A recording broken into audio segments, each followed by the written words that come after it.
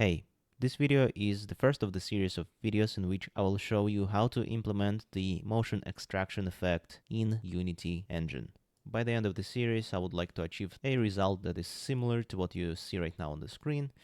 Maybe it will be different, maybe it will be better, as I will of course try to improve it as we go through this series, but right now this is my current implementation. This is what I did before starting the series, and that's what I'll be aiming towards. So this is episode 1 of the motion extraction tutorial series for Unity Engine. In this episode we will be answering two questions. The first one is what is motion extraction, and the second one is how to implement the base effect in Unity Engine. Motion extraction is a video editing effect first defined by Posey in his video titled Motion Extraction. This effect, as you can probably guess by its name, extracts motion. What it means is that after applying this effect, the only parts of the video that you can see are the ones with motion. The rest of it is grayed out. I encourage you to go watch Posey's video for a better explanation, and he also has a tutorial for how to do this effect in video editing software. But if you are too lazy to go watch another video, don't worry, I got you. I'm gonna show you how this works in action, because this is important to understand for what we're going to do in Unity. So as you can see, we have two clips of bouncing balls for the purposes of demonstration, and we will apply the motion extraction effect to both of them. To do that, first step is to duplicate the video and overlay it over the original. Then step 2 is to invert the colors for both overlaid clips. Now, as you can see, the colors are inverted. And step 3 is to apply transparency to both clips and set transparency to 50% or 0.5. And as you can see, with this, we get just the color of gray because we are overlaying the inverted half-transparent pixels on top of the originals, getting gray. The last step is where the effect actually happens, is when we shift the overlaid clips in time by one or more frames. Let's do one frame, and here is the effect. As you can see, the static parts of the video are grayed out, and the motion is highlighted with non-gray colors. And that's the exact effect that we will be trying to achieve today in Unity, the gray background and the highlighted motion. To do that, let's first talk about how we get from a game camera to an image on your monitor. What happens in games usually is we have a camera that sees something and it renders this into a frame, and this frame then gets displayed on your screen. This is of course majorly simplified. There are more steps. There's of course post-processing and whatever else, but I am not a graphics programmer and this is not very relevant for us right now. What we need to know is that there's a camera that renders a frame, and this frame then gets displayed on your screen. And so when we think about what we see on our screen, we can think about it as a sequence of frames. A sequence of frames in the meaning that we see frame 1, frame 2, and so on, so on, so on. What we can do is we can duplicate those frames, just like with the video editing effect. We can invert the colors, set them to 50% of transparency, and here we have the inverted half-transparent frames. We can shift them by one or more frames. And that's the effect. Now what we see on our screen, if we output those frames overlaid on top of each other, will be with the motion extraction effect applied. How do we do it in Unity? Well, if we come back to this beautiful drawing, let's say that we take this frame that is being rendered and we save it in a render texture.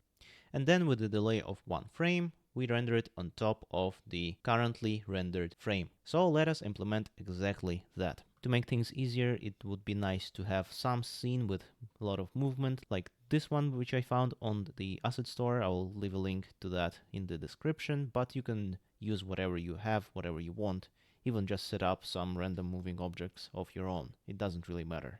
As long as we have some movement, we can use that to see the effect. So here we have the script that I just created, and we have a render texture. Let's set a render texture resolution to something reasonable, like 1080p. And let's also go ahead and duplicate our camera and make sure that it renders into a render texture. To do that, we assign the render texture into the output render texture field. And let's rename this into RT camera. So now what we have is we have the original camera that renders into the game view. So when we disable it, we don't see anything. And we have also our RT camera, which renders the same thing into the render texture. So now what we have is this. This is done. This is also done by default. And what we need to do now is we need to invert this render texture, delay it one frame, and output it to the screen. Let's first deal with the inversion part. Inversion and setting the transparency. For this first iteration, we will do everything in C#, and later in future episodes, we will move this logic into a shader for optimization. What we need to do is we need to grab the RT contents, invert, set 50% transparency, and apply to screen. Those are the 4 steps that we need to do. Let's start with grabbing the render textures contents. To do that, we want to set our render texture as the currently active one, create a texture 2D. Let's also make it 1080p so it matches with the render texture's resolution. Read pixels from the currently active source, which is renderTexture.active, into our new texture. This should do it. So now we are reading the pixels from the currently active render texture into our freshly created texture 2D. Now to invert it, and again, this is not optimal at all, we'll optimize it in future episodes. We'll go through the texture 2D and invert each pixel. So let's do that. Let's invert the color of each individual pixel. We get the pixel, we subtract this pixel's color from white, meaning that we subtract from 1111, and then we set the alpha to 0.5. We are completing both steps of inverting and setting the 50% transparency in this function. And now let's not forget to also apply the color. So texture 2D, set pixel, XY color. Very important, let's not forget to apply the texture. And now let's apply this texture 2D to our screen. How do we do that? Well, let's create a UI canvas and make a raw image that will hold our texture. Let's also set it to be full screen. There it is. And now we have this raw image which will hold our texture 2D. Back in our script, we get the raw image and set texture to our texture 2D.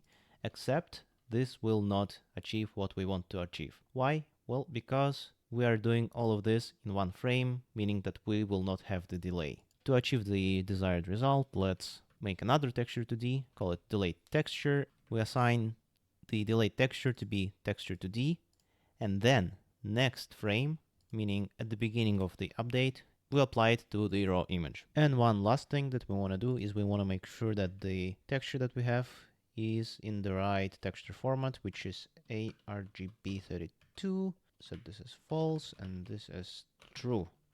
And this should be good.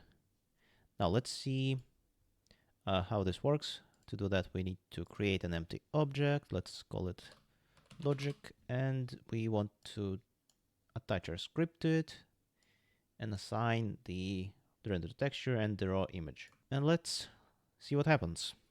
And my prediction is the frame rate will be absolutely terrible. Yep, as we can see, the effect works, but the frame rate is just absolutely disgusting. It's not frames per second, it's seconds per frame. But that is to be expected.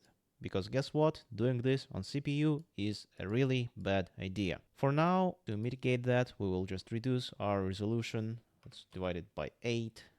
So 240 by 135, 240 by 135. And while we're here, I also forgot to do one more thing earlier, which is to set the filter mode on the texture 2D to point. Okay, and now let's go back to Unity. And there's one more thing that we need to do in Unity. So we can either just set the game resolution to the one that we have, which is 240 by 135, but that's undesirable. Let's instead duplicate our raw image. Let's call it RT raw image. Make sure that it is above the original raw image in the hierarchy and assign the render texture to it. This will ensure that the resolution of the original frame that we see is the same as the delayed frame. So now let's see what this looks like. Let's make sure that it is all nice and maximized, so we can enjoy this beauty of 240 by 135. And yep, this is the result of our hard work today. We will stop the episode on this. Of course, this is not the final result. There's a lot of work to do, and we will do it in the next episodes, starting with optimization in the form of moving all the calculations to a shader. But for now, this is what we have. As you can see, the static parts of the game are grayed out and all the moving parts are extracted. All the movement is extracted. And this is what the motion extraction effect is. This is the base effect implementation. I will of course expand on it in future videos, but I think this video more or less explains the base concept and shows you how it can be done in a game engine. And now, just to remind you what we are working towards, here's the final implementation. Here's what it looks like. As you can see, much more performant. The resolution is higher, configurable, it looks much nicer. So again, this is what we'll be working towards in the future episodes. And for now, thank you for watching and have a great day.